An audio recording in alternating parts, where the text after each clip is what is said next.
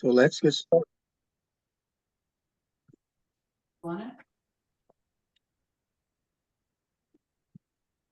Good evening, everyone, and welcome to what promises to be an engaging, thought-provoking, and a wake-up call to what has and is happening to Black Angelenos and to Black and Brown folk throughout our nation's urban centers.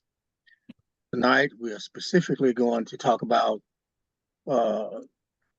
Los Angeles and what our honored guest and author describes in his book, Hollywatts, as the epic center for mass incarceration and the growth of the prison industrial complex.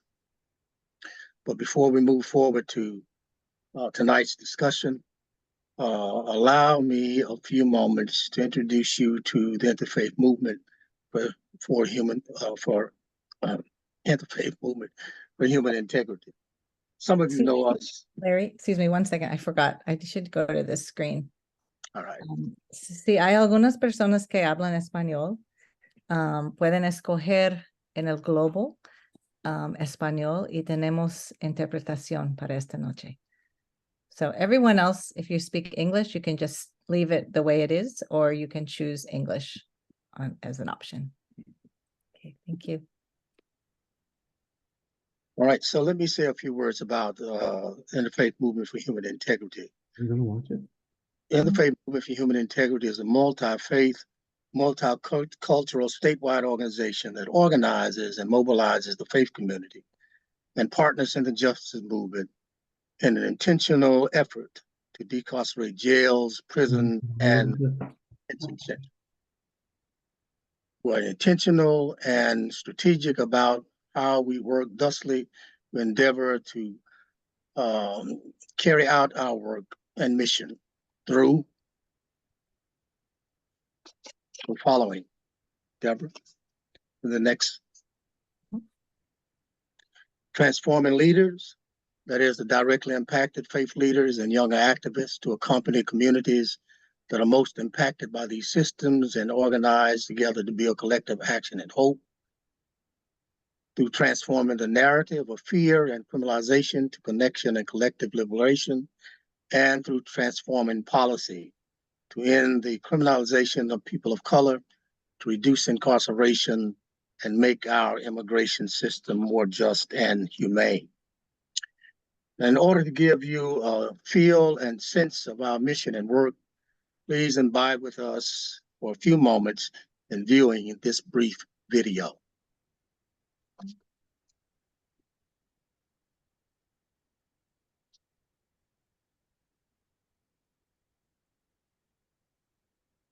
Bear with me a second.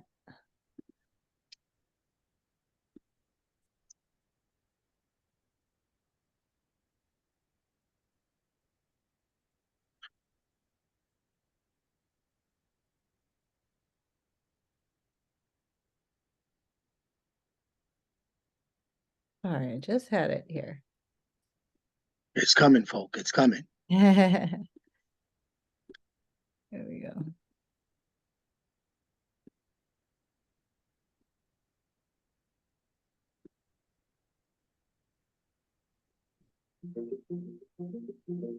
At the intersection of spirituality and social justice, there is a convergence of people of faith.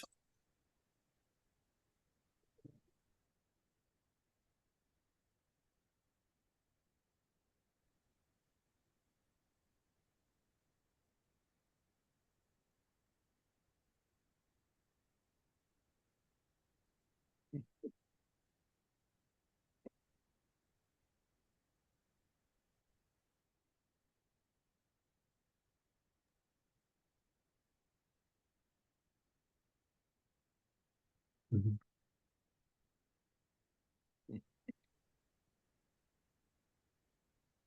Thank you. We kind of lost a little sound, but nevertheless, I think you get a little sense and feel about who we are and what we do. Thank you for your attention. And now I want to turn the next segment over to our executive director, that is the executive director of the on Human Integrity, the Reverend Deborah Lee, who will introduce our honored and distinguished guest.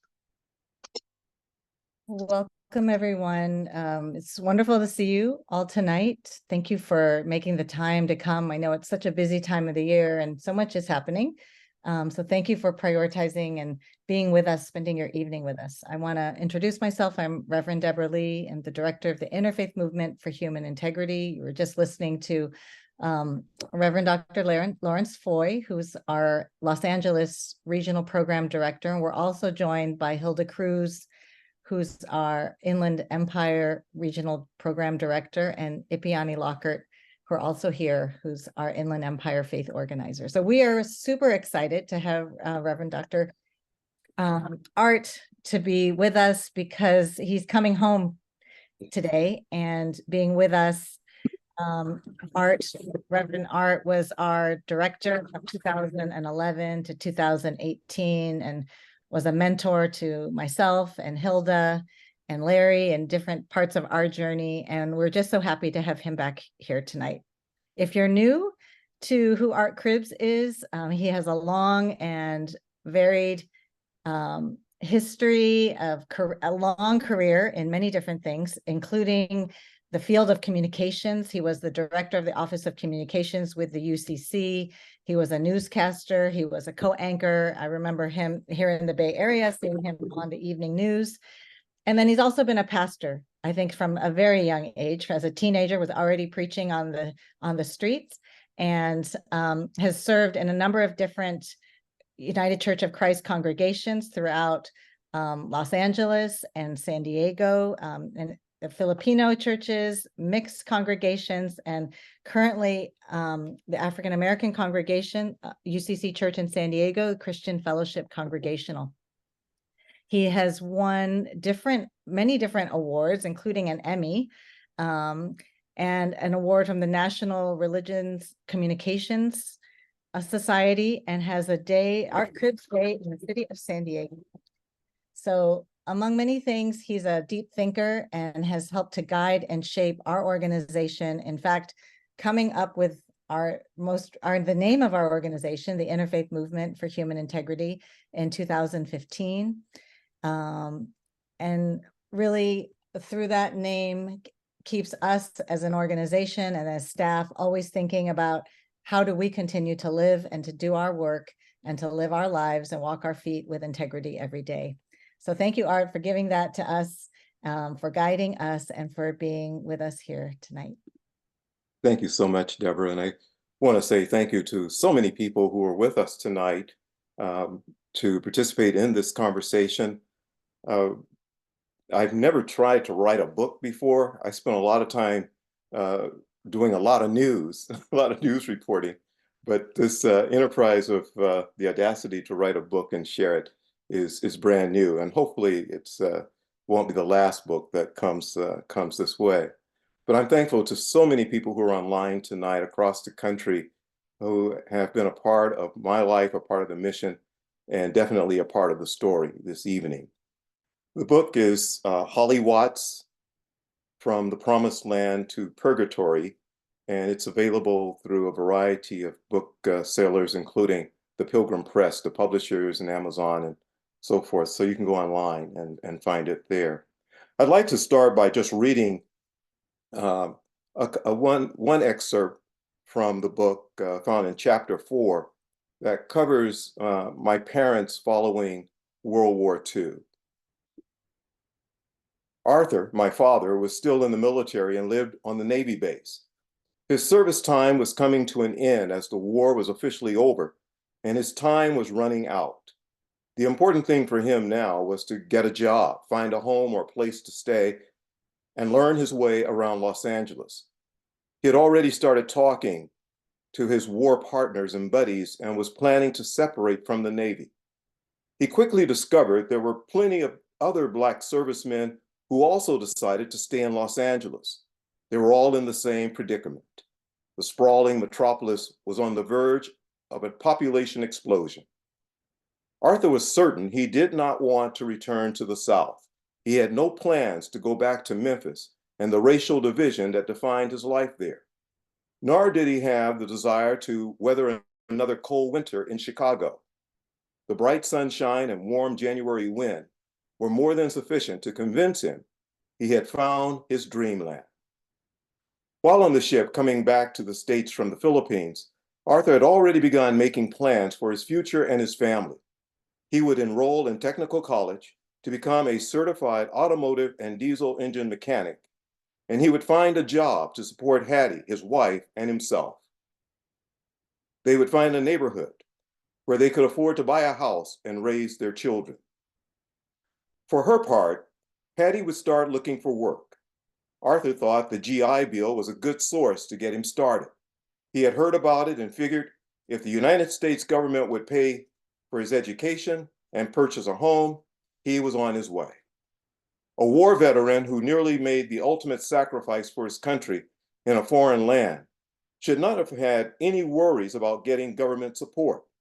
Like many of his fellow Black warriors, World War II was not just a victory over Germany and Japan, it was a double V victory to end discrimination and open new doors for America's courageous, loyal, and good citizens who were Black. He served his country with pride and dignity. His country would now return the favor by honoring his humanity. Arthur believed winning the war overseas would induce the United States to defeat racial bigotry and hatred at home.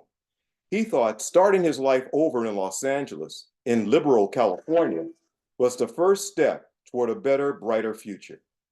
Hattie worked very quickly after she answered an ad from the McDonnell Douglas Aircraft Company looking for workers who could help to build a fleet of new airplanes. What attracted her attention was the location of the aircraft plant in Long Beach. She figured that would bring her and Arthur closer together. She thought working near the naval base would give them more time to see each other, and she could make money to help buy a house. Now she had a plan and was more than ready to put it into operation. Fighting wars for America did not move the nation very far from its racial divisions and well-honed bigotry. Although Arthur and Hattie had moved away from Memphis, Tennessee in the segregated South, they found themselves in a more sophisticated but still extremely racist Southern California. The warm days attracted a blend of Southerners who transported their cultures, attitudes, and traditions across the country. Hatred toward Black folk now expanded to include Mexicans and Native Americans who were eternally long-term residents in this new South.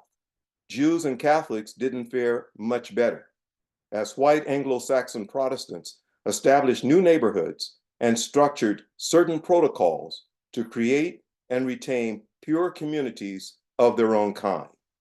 They structured their own communities with reinforced social norms that were protected by law enforcement agencies.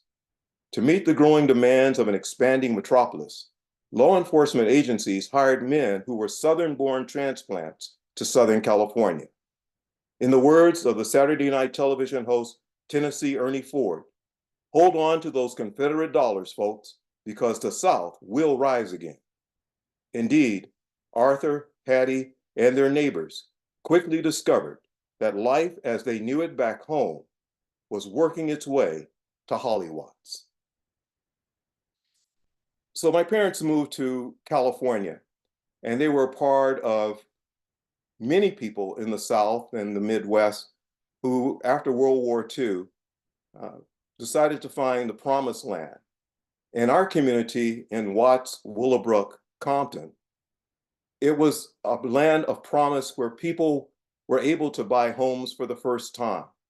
It was a land of promise, particularly to veterans who had fought for this country to have a new beginning. And so, like my parents, many of my neighbors were from Oklahoma, Texas, Tennessee, Louisiana, Georgia, Alabama, looking for a place where they could live without threat of losing their lives or being intimidated. And so together they formed Hollywatts. They had their own homes. Many were teachers. And because of segregation, our neighbors, like my father was a janitor, my mother an aircraft worker. My doctor, Dr. Seeley, was our neighbor. Our accountant, Mr. Alexander, was our neighbor.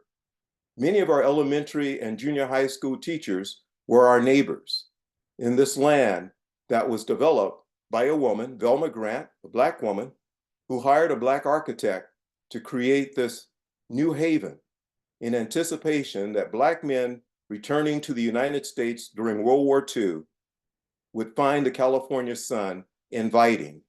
And she had the wisdom, the foresight to create a community that would be their own, where they were welcome.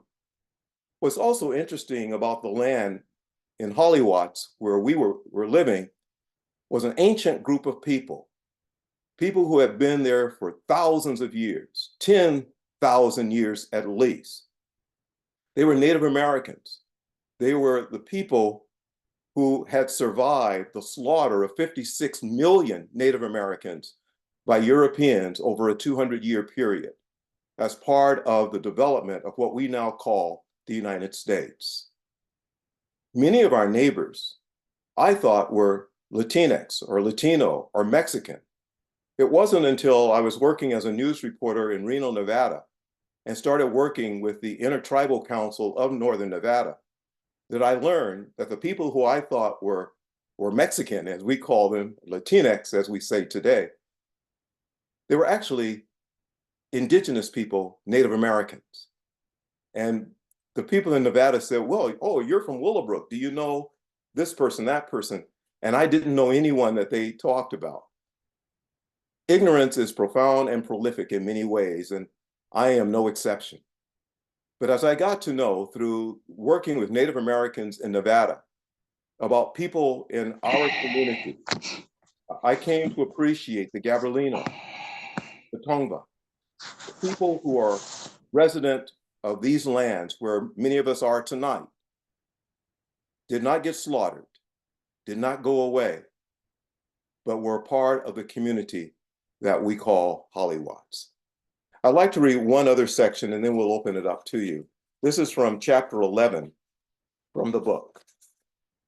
The urban struggle for dignity, respect, and human recognition across America by Black folk forged a disruption of domestic tranquility. 3 years after the social eruption in Watts, the assassination of Dr. Martin Luther King Jr. at the Lorraine Motel in Memphis ignited a surge of violence across America. Death was rampant as a rash of deep pain mixed with disillusion created a toxic concoction explored in the streets. The year 1968 was filled with gloom, doom, and domestic disorder. Across the Pacific Ocean and Southeast Asia, the war in Vietnam raged and escalated. Body bags bearing the names of our neighbors continued to arrive in our community more numerously. Young men who had only recently graduated from Centennial High School were returning in fragments of their once strong physiques. Names so familiar and personalities who once had produced so much laughter came back home wounded or lifeless. They came home to live the promise of their fathers and mothers. They came home with long suffering, hope of finding and reclaiming the more tranquil life they had left and constantly remembered. Our community was no longer the promised land it had been before they were drafted and sent to Vietnam. They wanted to be reassured their families and their peaceful community had remained untouched and preserved for them. Yet too often the survivors of the war in Vietnam came back broken, wounded, and addicted. Their survival was tempered by the new reality they had encountered amid transformation. They came home during the emergence of purgatory. The person who interrupted any notions any of us may have had harbored about avoiding the changes evident before our eyes was Brian Tipton. Byron was one of the most brilliant and observant members of our neighborhood. "You're a news reporter, aren't you?" Byron asked me. "Why don't you report what is going on here in our neighborhood?" His demand rolled off his tongue with the cadence and tone of a prosecutor. I mentally and physically took a step back. It was not a mere question. It sounded and felt like an accusation in a court of law before a judge and jury. What do you mean? I asked. What's going on? Guns, he replied with dead seriousness. They're putting guns into the hands of children. They're handing them out from the trunks of cars and driving and giving them to kids. Real guns, Byron added. These aren't toys, but the kids are playing with them and using them like toys. Children are killing children. I knew a lot had changed in Carver Manor where we lived, but I did not know anything about children obtaining guns from sources who came into our neighborhood from outside our community. What are you talking about? That's crazy, I retorted. It is crazy, and it's really happening, Byron was clearly angry. Tell that story. The diabolical plan was launched in Hollywatts and transformed our neighborhood from the promised land to purgatory. There were new organizations where our community was ground zero, the Crips and the Bloods. Compton High School was the rival high school to our high school, Centennial High in Compton. Compton was blue and white. Centennial's colors were red and white. The new organizations on the streets in our community, the Crips, were blue and white, and the Bloods were red and white. Those organizations were not just ragtag gangs of kids in the streets. They were well organized, they were militarized, and they were armed. And that war, the Crips and the Bloods, spread across the United States. And almost in any corner of the country, you will find Crips in blue, Bloods in red. I don't know about you, but when I was a kid, we had little ragtag gangs, and we could barely organize a football game, let alone supply weapons, automatic weapons, and put in the hands of children. But that was our reality. That's what happened in Hollywatts. So, Deborah, Larry, let's have a conversation. Thank you, Art. And we've been friends since, I believe, since going back to 1991, a few years after I arrived in LA to make it my residence, my home. This is a powerful book, and you know, as a preacher, one of the things that I've learned is that you have to have a good introduction. You know, you get a good introduction, you grasp the reader or you grasp the hearer, then it doesn't matter what you pretty much say after this. But if they will always remember the introduction. If you get them in the introduction, if you don't get them in the introduction, you lose them. Well, you got me in the introduction, and then throughout your book, I read it, and it's powerful, and it evoked memories of my childhood when I first came to Los Angeles for the very first time. I was about 8 years old. My grandparents were part of that Black migrant group who left Louisiana, by the way, in the late 40s or early 50s. And they lived off of Century Boulevard, what some people would call Watts now, off of Century Boulevard, right at Century Boulevard at the Harbor Freeway. And they had been there long enough to purchase an apartment complex that they owned, and that I moved here. We moved here, and I believe it was maybe in 64, 65 to stay in California. But unfortunately, a year later, my dad decided that he wanted to move back to Louisiana, and so I left California and didn't return to Los Angeles until 1988. But during that my childhood experience, I remember my uncle had a house just across the street from our grandparents, and it was a brand new home. And there was the street was lined up with brand new homes, beautiful lush green lawns, fruit trees.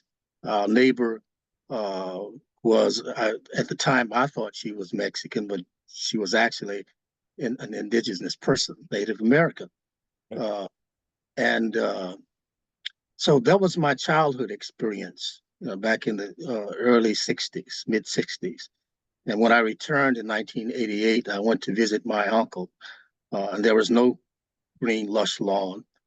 In fact, he didn't have a lawn anymore because they had taken his property to expand Century Boulevard so folk could have access to the airport. There were no fruit trees anymore, and there was no vibrancy, no movement within the neighborhood. So that resonated with me when you told it, when you were sharing your opening statement. And so just very quickly, I just want to read your opening statement, and then I'll pose my question. You open up your very first paragraph, and you say, returning to the intimacy of home on a street formerly familiar, a street now turned vague with houses transformed into tombs, possessing the ghost of steel voices, is a jarring experience. Remembering what was and used to be stabs a painful, piercing blade into my heart. And that's what I experienced when I first returned to Los Angeles in 1988 and went to visit my uncle on the, Century Boulevard. So your book really speaks to me. So my question, Art, is what moved you to write this book, and why now?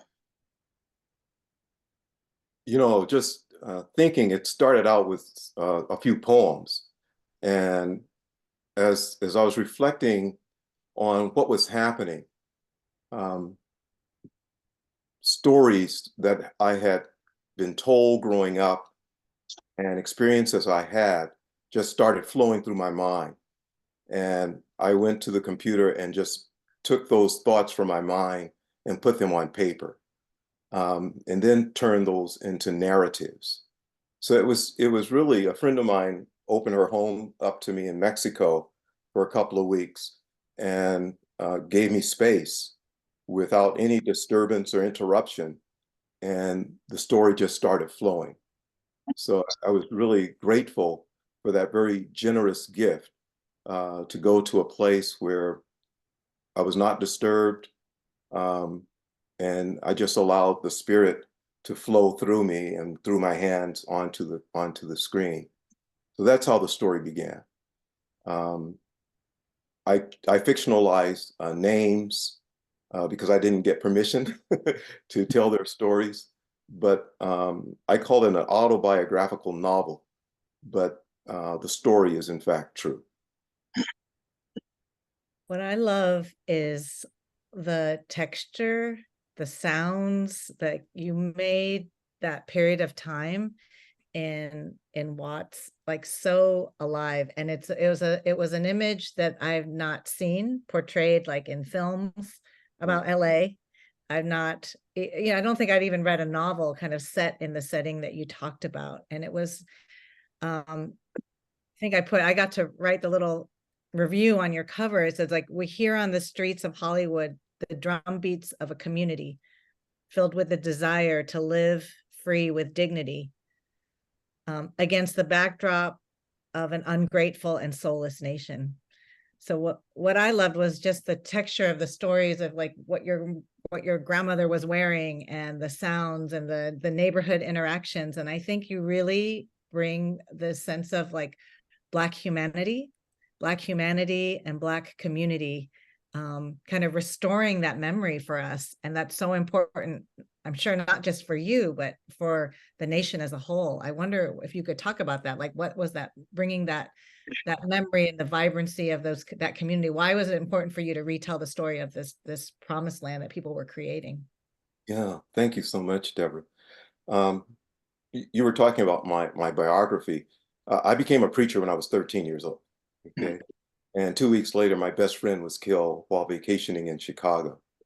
And then following that, I became part of our junior high school newspaper staff. All within 6 weeks, those events took place. So that's the grounding of this book. Just remembering the tranquility, the place that we didn't call it Hollywatts in those days. That term came later, but it was home. It was Willowbrook. It was Compton. It was South Central Los Angeles, now called South Los Angeles. Being able to have the space to think about and reflect and feel deeply the transition that was taking place opened up kind of a reservoir of thoughts and memories and voices. And I did what I do. I started writing it down. I became a journalist when I was 13. I became a preacher when I was 13. And you know, you want to be able to uplift people's spirits, particularly folk who work all week and go to church on Sunday. You want to lift and elevate their spirits.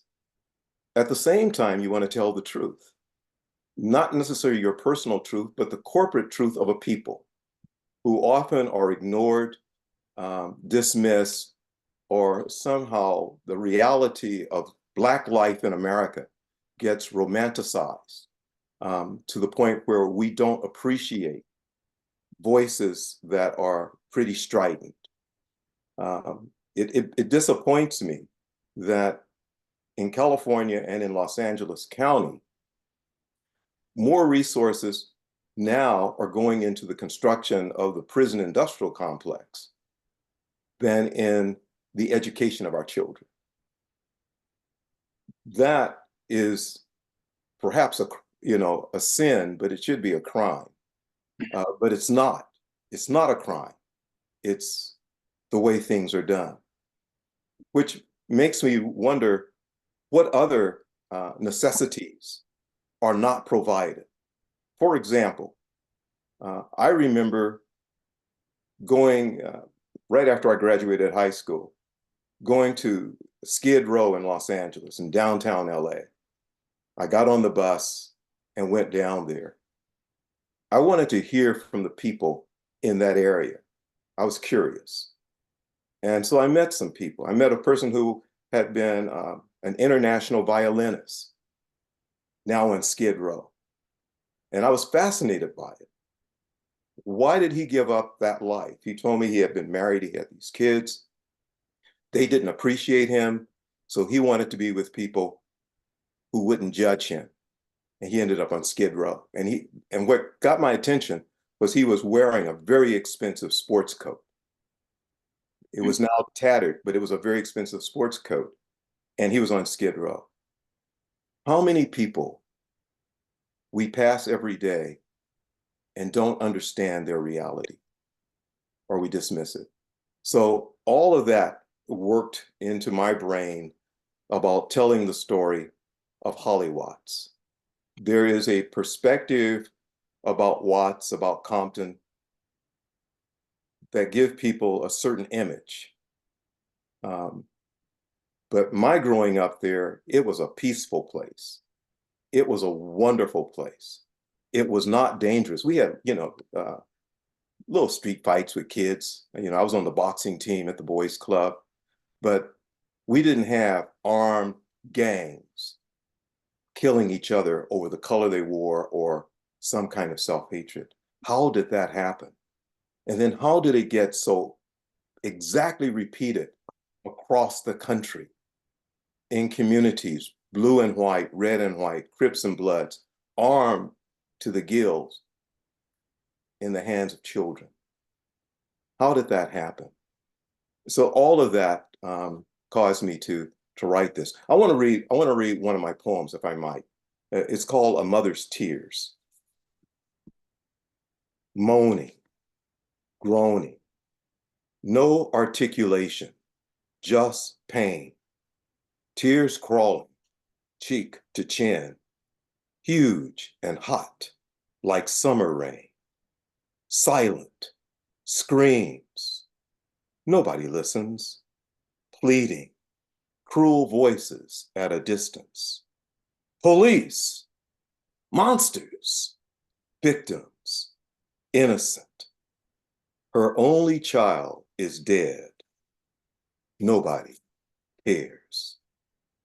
In the pit of her soul, empty, like Easter's tomb, gaping hole. Nothing can fill. Just trying to capture the emotional reality of loss. Mothers and fathers, sisters and brothers, neighbors and friends in street wars that are militarized, well-armed, put in the hands of children, literally, in this nation, in my community. That's the genesis of Hollywatts. So, Art, if I can just follow up, you mentioned in your book also that Hollywatts went from this vibrant drum beat cultural mecca, if you will, to become ground zero for what you called the war, the so-called war on drugs, and ultimately it became the epicenter for the prison industrial complex. Can you elaborate on that? Well, I watched the transition. I was just thinking, Larry, as you were saying that, our neighbors across the street from me in a housing project called Palm Lane were the Platters. And we used to hear them rehearse. We could hear those songs. Our neighbors played drums. And it was like from one end of the street or around the corner, particularly on Friday and Saturday nights, drums, you hear drums. And that music was the backdrop of our community. Why our community was targeted and communities across this country were targeted, I don't know. I think it's demonic. I call it the success of the civil rights movement that created the assassination of Dr. King, Malcolm X, and so many people whose voices were heard and they were influential. So if you're going to stop a people who were gaining pride and political presence, you cut them off at the knees. You go after their children, because if you do that 50 years later, you've solved your problem. At least you think you might be solving your problem. The slaughter of 56 million indigenous people on these lands, that was intentional. And it was College University of London, about 2-3 years ago, said we have climate change today because of the massacre of the indigenous peoples in this country and in this hemisphere. College University of London, look it up. Those 56 million. Fast forward, you have the civil rights movement. We were making social progress as a people.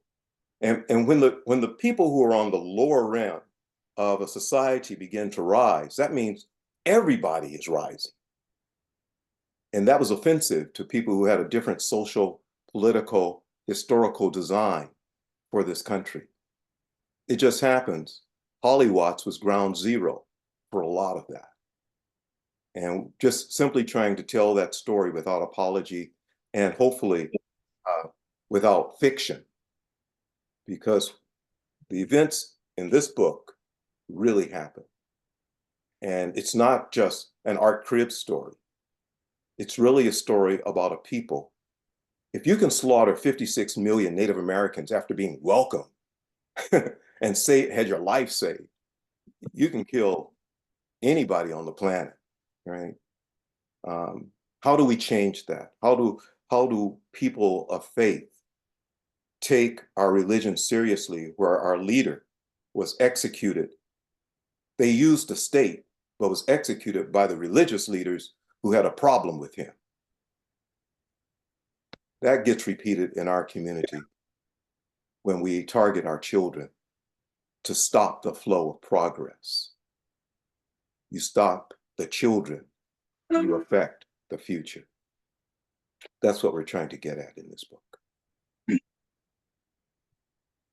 You mentioned faith, and I wondered if you could share a little bit, like, what does it mean to look at this history with a lens of faith. And how does faith speak to this? And how should many of us here who are people of faith respond to like this narrative arc, this historical arc you're talking about? Well, Deborah, when we were working on the development of interfaith movement for human integrity, your question was a part of the mentality associated with the naming of the organization, Interfaith Movement for Human Integrity. That is to say, the integrity of our very being, because we are, not because of what we do or where we're from, the integrity of our very being. How do we preserve that? How do we see persons today in proximity of our homes, our churches, our communities, who live in fear because their lives are at risk because of who they are and where they work and reside? We were just at the border last Saturday for the La Posada at the US-Mexico border. And, it's the first time I've been back to the Posada because I've been away for a few years, but it hurts my soul to see the wall that has been erected on indigenous lands. And the indigenous people are prohibited from being in that space, moving freely. When I was growing up, we crossed in and out of Mexico. There was no border as a kid. You just went in and out. And the people who I thought in my neighborhood were Mexicans, as I said earlier, I learned that they weren't Mexicans. They were indigenous people. We did have some Mexicans in our community, but many of the people who we thought were Mexican were indigenous people. I think we have to provoke thought and action to not continue a practice that has become legalized and militarized, that is an action against nature, against God and the people. I think we have to speak to it. We cannot continue going as we're going now. And I'm hopeful. Even tonight, right? The same thing is happening in Gaza, in Palestine. We took a group of people when I was with the Board for World Ministries to Gaza. We took them to Palestine and to Egypt and to Israel to hear the stories authentically from our UCC partners. I think it's important for us not to think in terms of our impotency, but to think in terms of our ability to unite and forge a platform that says all life is sacred. Every culture is sacred. And we cannot pretend to protect ourselves by militarizing borders. I've never had to look at a fence going into Canada. I've never had to spend time wondering, is it safe in Canada? When I was growing up in Southern California, we had no walls. We didn't have the kind of militarization that exists today. Should it continue? No, because it never should have been. It was interesting with the Board for World Ministries going to Geneva, Switzerland, and some of us decided, oh, let's go over to France. So we drove, 6 of us in the car, and we get to the border between Switzerland and France. And it was just a single person in a box. Just wanted to know if where we were going, identify ourselves. And he told us, enjoy yourself, have a good time. Well, we were a long ways from home, but we were treated like guests. People are at home and they're treated like enemies or worse. And it's done in our name, and it's wrong. The militarization of our communities, the gangs the children were targeted for the Bloods and Crips. It wasn't old folk, it was children. And they were armed and they were militarized and they were told to go play with your new toys, those guns. And we have a virus of violence affecting the lives of children, youth, and young adults. Now, you got to understand, that was 50 years ago. Those who survived those wars are elders today, but too many of them didn't make it to see the fullness of life.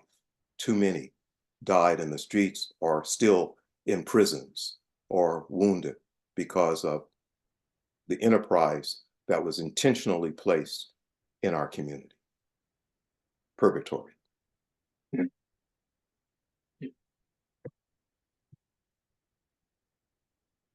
I see my my international traveling buddy, Calvin Roberts, who is a photojournalist and has lived in the war zone, and he's with us tonight. So I have to acknowledge my brother. We've been all over the world together. We've seen some things and been in some places and situations, really, and just got to call that out. Thank you. Okay. Just one final question, Art. And then I think we will move to then we'll take a little pause to tell folk about where they can find your book. And then we have a couple of items, call to action items we want to share with you all. Larry, will there be a chance for Yeah. people online to interact with us? Yeah. Yes, Oh. it'll be simply after we take a little pause after this question, and then we will again share some information about how to get your book and a couple of asks that we have from those who have tuned in, and then we will give them an opportunity to engage with you. Some submitted questions beforehand, and we will try to decipher some of those questions and give you a chance to address them and perhaps for them to interact with you. But anyway, just the way you describe Holly Watts, there are some folk in the Black community who will say, and perhaps true, that this was not their experience. This is not the Los Angeles that they know. They've never haven't encountered the kind of abysmal stuff that was done in the Holly Watts, in Willowbrook, Compton, and Watts. They've never been harassed by police. They've never gone to jail. Their children were not gang members. And so their Los Angeles that you describe is foreign to them. What do you say to people who say, well, that's not LA? I say, write a book, tell your story. I wasn't speaking with a universal voice. Mm-hmm. I was speaking from a perspective that was personal. And I used some real names, but many of the names I fictionalized because we didn't have a conversation to get permission for that. So of course, Black people are not monolithic, right? We're not monocultural. I'm not welcome in parts of the Black community, not because of anything I've done. I just don't have the money to be there. And if you don't have the money, if you're not here to clean the place or take out the trash, there's not a whole lot you can do in some parts of Black California, Black Los Angeles, Black USA. We're not monolithic. We are multicultural. We have perspectives and values. I was telling the story of my hometown, Holly Watts. Said right up front, Holly Watts. I wasn't talking about, the glorious West Side. You go to the West Side on Friday night because they have good looking young ladies and they have means, where Lincoln Church is, right? In LA. That's another side of Los Angeles. That's not the side where I grew up. I got there as an adult. So I'm not trying to tell the story of a universal people. I'm telling the story specifically of the community that I know and what happened in a community that was tranquil, multicultural in context of where people had come from, but because of racial housing practices in the 1940s, the folk didn't care how much money you had. If you were Black, this is where you're going to be, you know, very, very clear about that. Southern California was the South, and we were on the South side of Los Angeles, the deep South. And in our neighborhood, the man who was our doctor, who brought my sisters and me into the world, was our neighbor, a medical doctor. The accountant who dealt with our taxes was our neighbor. Many of our teachers were our neighbors. So we were in a really kind of a diverse community economically to a degree, but because of racial housing practices in Southern California, in South Los Angeles, we had the opportunity to be with people who had the means, the financial means, to live almost anywhere they wanted to live, but the racial restrictions said, no, this is where you belong. Right across the street, I mentioned the Platters, the singing group in the 1950s. They lived in a housing project called Palm Lane, right across the street from this new development called the George Washington Carver Manor, right on the border of Compton on one side and the city of Los Angeles, Watts, on the other. So, you know, it's sort of interesting how racial discrimination in the United States brought people together, but at the same time polarized people from similar backgrounds. Thank you. Okay, so let me take a little pause, and we're going to come back to this conversation. And don't go anywhere. Don't anybody leave. We want you to have an opportunity to engage further with our distinguished guest, Art Cribbs. So, want to tell you how to get his book. You can get his book at the Pilgrim Press. I think you should have it. It should be coming up on the screen. So we are asking you to buy Art's book. You can buy it at the Pilgrim Press or elsewhere online. It's on Amazon and all of the well-known book outlets that you're familiar with. So please purchase Art's book if you haven't already, and read it. It will take you on a wonderful journey. I think Ipiani, he could post the Pilgrim Press link. We do encourage you to buy there versus Amazon, but in case anyone missed it, Larry, Deborah, and Art are ordained ministers in the United Church of Christ, and the Pilgrim Press is the United Church of Christ. That's why we're a little biased. Okay. The oldest press in the country. Oldest publication. Secondly, we want to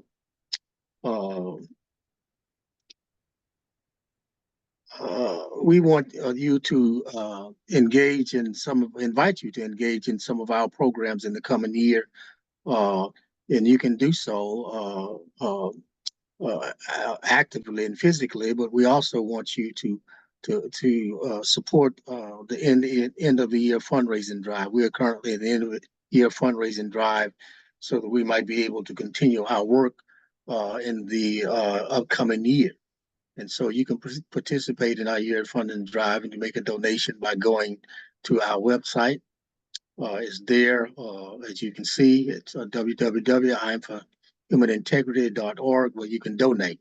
So we encourage you to do that and become a partner with us in supporting this work and being, as what Martin Luther King called, drum majors for justice.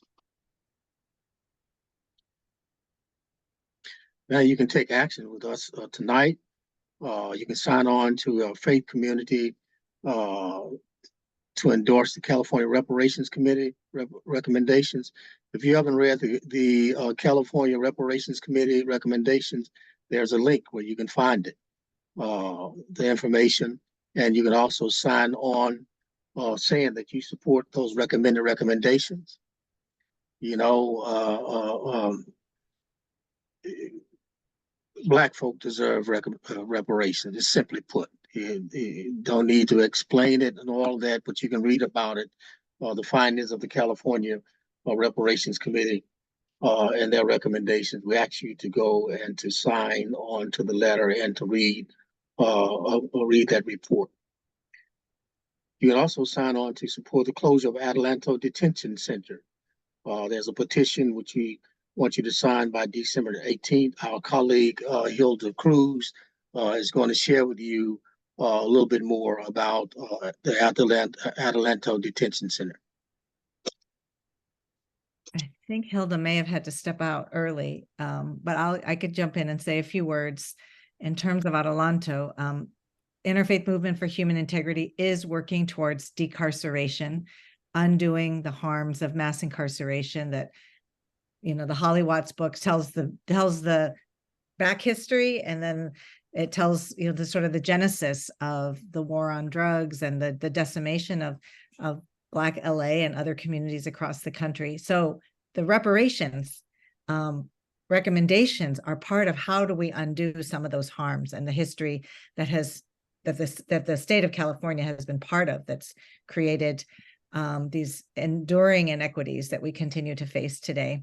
So one piece of that Interfaith Movement for Human Integrity is working on is on supporting campaigns of decarceration and reshifting funds that are invested into the carceral economies, into communities, into the city of Los Angeles, investments that can really support and prevent harm and prevent people from being incarcerated. One of those campaigns, we're involved with two campaigns statewide. One is around ending detention, immigration detention in California, and one is on closing the 10 prisons, at least 10 prisons by 2025 in the state of California. Adelanto is one of those immigration detention facilities, one of the largest, with a 2,000 bed facility. It is down to 6 people because of a continuation of lawsuits and their inability to keep people safe, still costing taxpayers millions of dollars. It is on the table right now for the federal government to end the contract. And we want to show community support that should happen. They hopefully will be making an announcement December 19th. So we're asking community to sign this petition today. It's in the chat to say we support that, and we support a reinvestment in that community to sustainable jobs and a thriving community.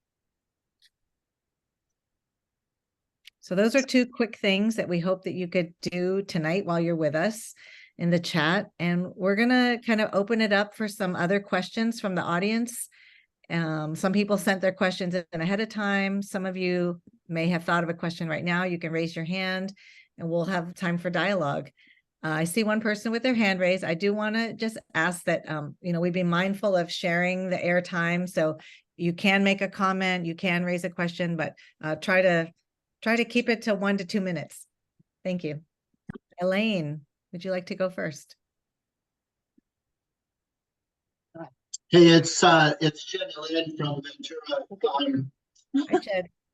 We're just really delighted that both are that you all are doing this program. Thanks, Deborah and Larry, for the great interfaith movement work that you do. And Art, we really enjoyed your book. We bought it as soon as we found out it was coming out. As a native Angelino like you, but on the other side of town, obviously my experience was really different. I learned heaps from your book. I just want to commend Interfaith Movement for doing this program, because my feeling as a lifelong movement activist is that we don't give enough time to our personal stories coming up. And we know more about the issues of the moment than we do about the deep roots. And so I really appreciate not only the book, but this opportunity, Art, for you to share so beautifully. My question I'd love for you to reflect on is, because you don't talk too much about this in the book, how did the construction of the freeway system, right, which balkanized LA, the social architecture of LA, and became a pattern for other cities, affect your neighborhood? And you mentioned 1992 second Los Angeles uprising. but I know you have a lot of thoughts about how that also changed the landscape. So just inviting you to share a little bit about both those things, and thanks for being with us tonight. Thanks, Chad. Thanks, Elaine, both of you for being with us. We've been on the front lines together many times for a long, long time. In 1965, during the Watts riots, as those events were called, the California Highway Department had a hearing at the Century Hotel right at LAX, the LA International Airport. My grandmother and my mother went to that hearing to testify because it was about a freeway that was being considered for construction. What was interesting, my mother and my grandmother testified at that hearing, not knowing that the decision had already been made to build the freeway. It's called the Century Freeway, the 105, that goes from the beach to Norwalk and Downey on the east side of the county. While giving testimony about the impact that freeway would have on our community, it was interesting because there was another contingent from Beverly Hills who came to testify because the exactness of the freeway had not been stated, but my mother worked for the highway department, so she knew what was planned and the route for the 105 before it was constructed and before that hearing was held. So she came with that knowledge. But there were people who gave testimony about this west to east, east to west freeway to testify against it. It's very interesting how the delegation from our community was able to attend and speak because my mother organized that delegation. But at the end of the day, the decision had already been made, and that public hearing was a pro forma, if you would. I think it's important for us to be advocates across lines, across divides. It's important to think about the ramifications of policy that affect not necessarily me or you individually, but has a devastation impact on the environment and the realities in communities where designs have been put in place and hearings are taking place. I think that's really important, to think beyond ourselves and to think about how policy, practices, and priorities have a direct impact on the quality of life for persons who may not have the political clout to change those policies. Beverly Hills has far more power than Hollywatts. And those of us who know how to organize have to do so on behalf of people who need our presence. That's something I learned going to that hearing before that freeway was constructed, and to see how our community was handled and how decisions had already been made. Thank you, Art. I'm going to call people in order. I think John Rollinson. Hi, Father John. Yeah. This is a comment on a tangent that you raised, but you raised the militarization of youth. And I remember seeing a rough cut film about Salvadoreño gang in Los Angeles. And as the filmmaker was working on that, they discovered that several of their central figures in this documentary had been deported because INS was protecting the country from teenage gangs. Now, part of that film indicated that the youth organized in a gang because the parents were poor, working long hours, and absent. And so there was this sense of the youth of being abandoned. They didn't understand economics. They simply knew the absence of parents. And then therefore we hear this sense, oh, the gang is my family. And I remember hearing a young man from San Francisco who did a workshop one weekend. He had been in a gang, in jail, out. He said, he was at 30 at the time. He said, you know, I didn't understand why my mother worked all those hours, but I felt alone. So there's a sense of which economics is at the center of the militarization of youth, because the parents are forced to work long hours. The young people have only the emotional feeling of abandonment, Thank you, Father John. blame their parents. And, you know, I don't know if that was a case in your neighborhood. Let's take some comment. Thank you. Thank you so much, Father John. You're absolutely right. I mean, you had the militarization of children who form what we call gangs. Let me just say, comparatively speaking, the gangs I remember as a kid were ragtag at best. After 1968, the gangs were organized, militarized, and they were a whole different mechanism. They became, just picking up on what you're saying, Father John, they became family. Yeah. For a lot of children and young people. They became family. In fact, they referred to their organizations as family. When I was a kid, gangs were thugs, barely organized, definitely not militarized to the extent that we saw after 1968. So I think there's some intentionality that took place and ways in which children were targeted by very sophisticated, well-resourced enemies of the people who came and tapped our communities and focused on our children. Now, that's not empirical evidence, and I'm not speaking in a court of law, but that was my observation, and that's my conclusion. Thank you. Let's take a question for Mr. Judson Howard. Hi, Art. I don't know if you remember me from Lincoln. I remember Yes. back in the day, you visit our church. I'm a graduate of Manual Arts High School, graduate in '63. I remember those gangs, the Slossons, the businessmen, the gladiators. Dale The Viking. Slossons, the Del Vikings. The Slossons have a reunion every year to this day. I think in Darby Park. Anyway, yes, I remember those things. And everything they did was off campus. They participated in all the activities. They were part of the student body. They were there on the football teams, etc.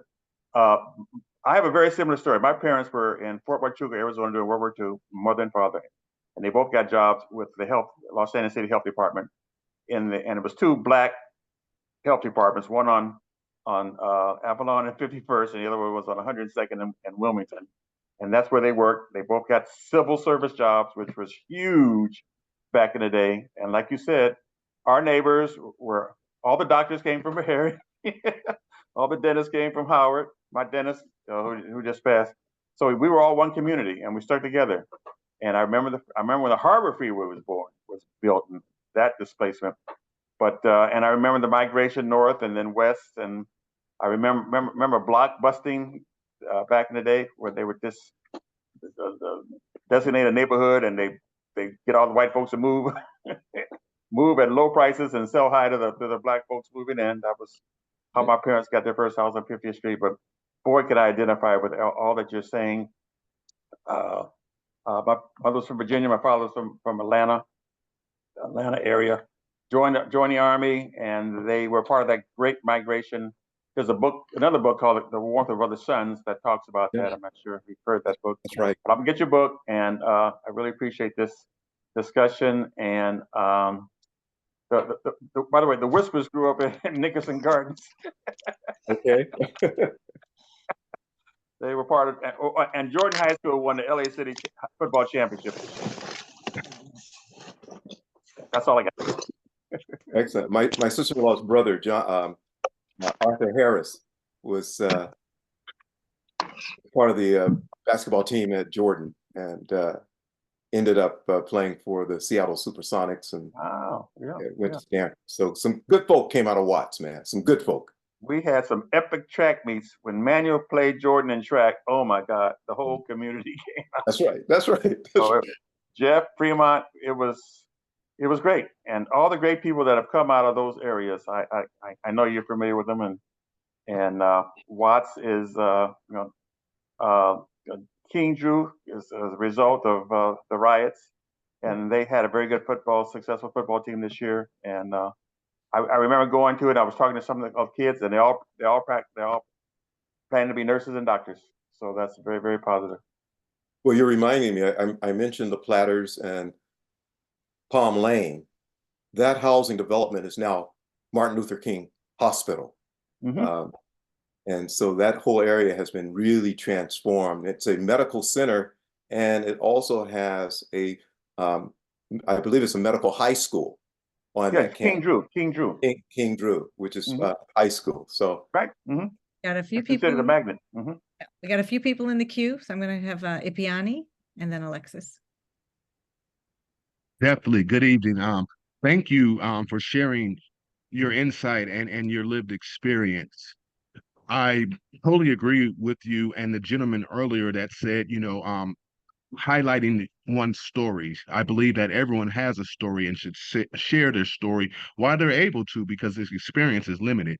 But my question is, as an organizer yourself in this space for many of years, I was wondering if there's any advice that you can give a young organizer such as myself to make sure that our work is more purposeful and more impactful, and as well as some of the things that you did to take care of your mental health and mental wellness, because this work the work is always there, and you could be consumed by the work. So just some of your words of wisdom just to help me be able to be more impactful, as well as finding that balance in my life to make sure that I'm also manifesting the dreams and visions that I've been given.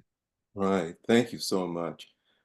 Three things come to mind: drink lots of water, get lots of rest, and be available to people whose presence in the world is often absent or ignored. Be representative of more than yourself and your interests, and give people the platform to tell their story, to share their space. But drink a lot of water, and sleep is a good thing too. Just take care of yourself. I'd like to invite Alexis. Hi, Reverend Art. So Mike, I want to make a quick comment first. Thank you for putting a face, a human face onto statistics. A lot of us know a lot of stats about oppression, etc., and you put a human face to hope, moving over into something else. My question is, what is, other than all of us making a contribution to the what I am for, and what is it? What is the name? I am for? I'm for human integrity. Yes, and I will be making a contribution. I think it's really important to support organizations. And in addition to and buying your book, what can we individually do? What is one action that people can take that will make a difference in sort of breaking this chain of oppressive state actions that decimate communities? Interfaith Movement for Human Integrity tries to embody that name, human integrity, right? Interfaith Movement for Human Integrity.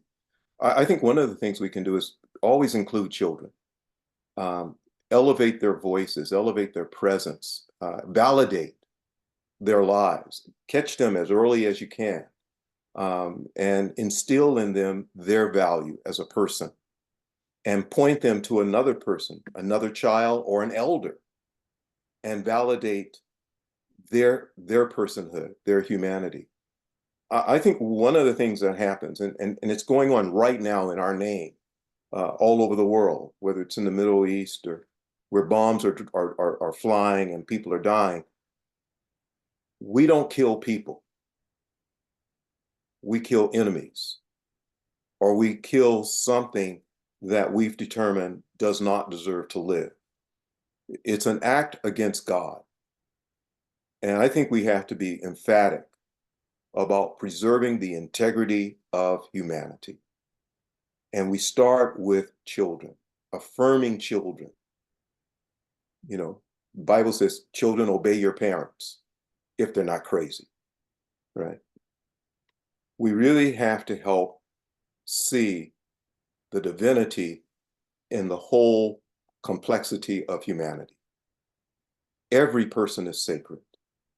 Every people, everyone is sacred across all borders. In fact, there are no borders between people, really. So I think we have to be creative in our conversations and in our imagery. One of the things that really affects us mentally, whether it's the music that becomes vulgar and hurtful and deadly, or the movies that give us incredible imagery of human destruction, it has a negative impact on our psyche. It's not just, benign. It is intentional evil, which diminishes our capacity to see the quality of all humanity.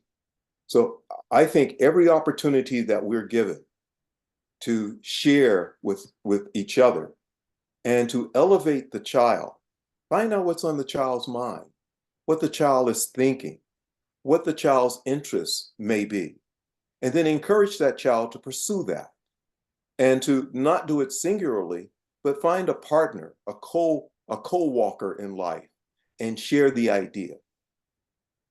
I don't think we can encourage people to love themselves and love one another too much. And don't let the gray hair fool you. I think rap was an intentional assault on our humanity because of the rhythm, but more importantly, the language and the violence associated with the language, and that it was popularized. When rap came out, it could not go on the radio because the FCC rules did not allow vulgarity to be on the public airwaves. That should have been a clue. And yet it became popularized, it was mass produced, and it established a mentality that fed into the violence taking place on our streets and sometimes in our homes. So, Alexis, I think we have an obligation to protect and promote our children to be their best selves and to do the goodness that is instilled in them because they are made in the image of God. Thank you. That was just a powerful response. I have a last question that I'm going to let Larry close us out. And Art, if you have final words or a final poem too.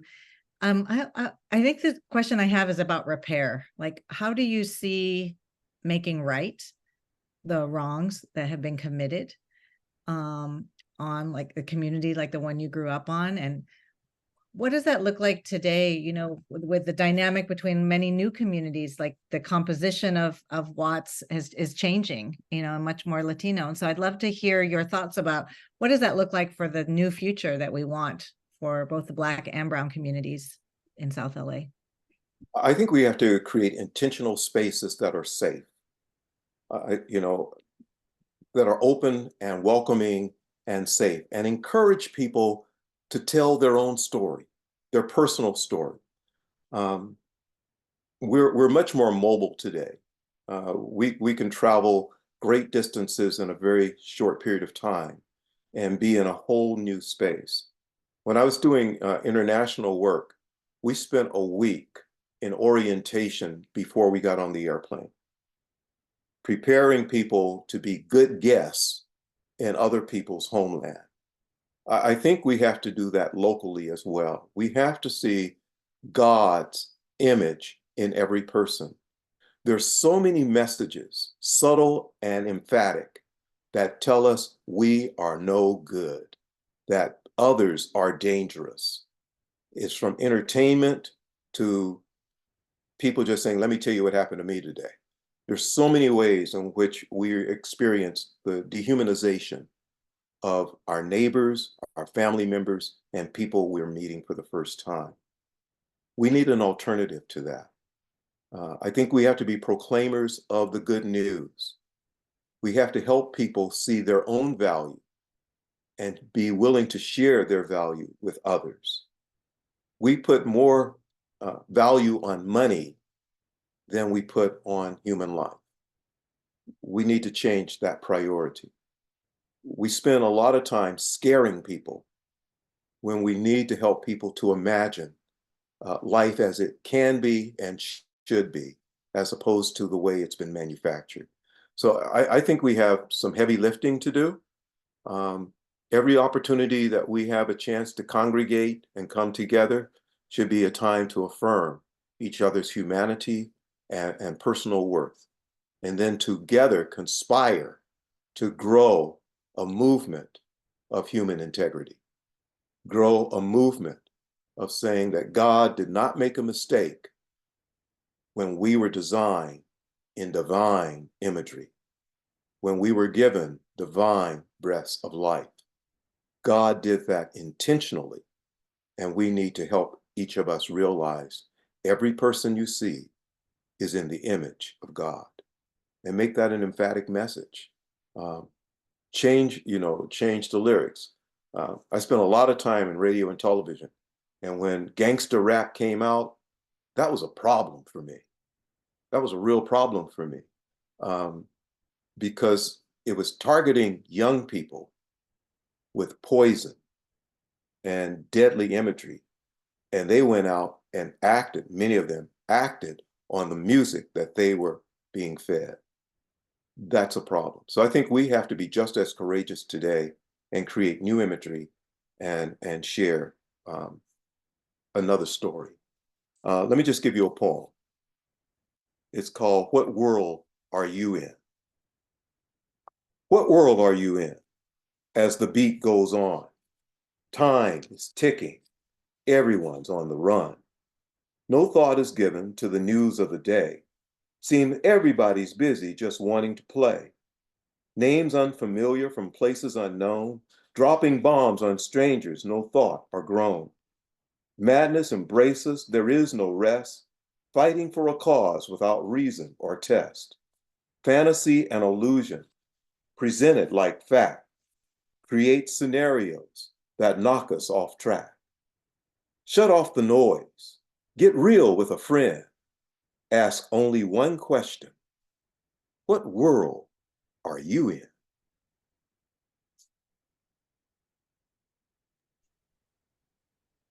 Well, thank you, Art.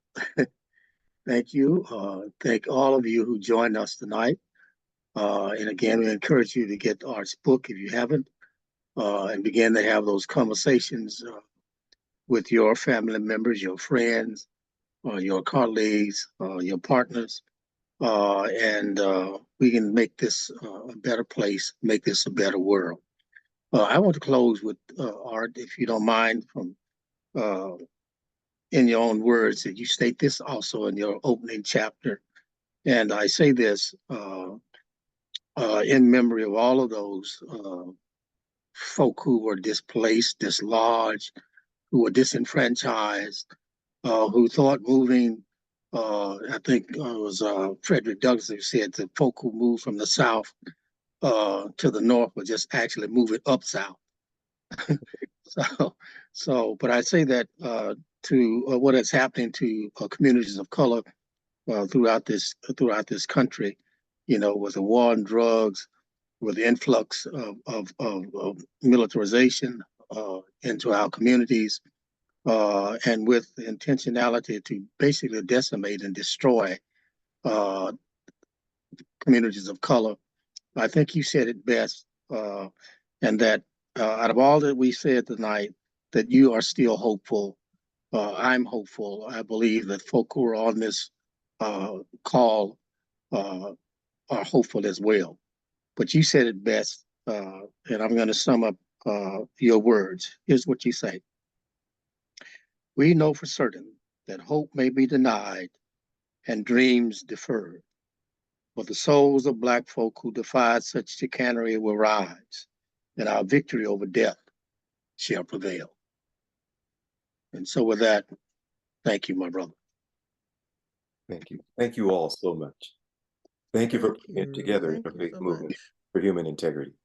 Thank you so much, Art.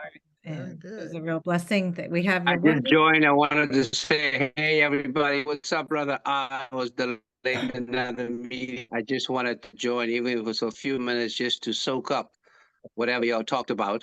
So congratulations, my brother. Much love, and keep on keeping on. Good evening, everybody. Pastor Sauls. Yes, sir. Great to see your face. Good. I'll just stop the recording.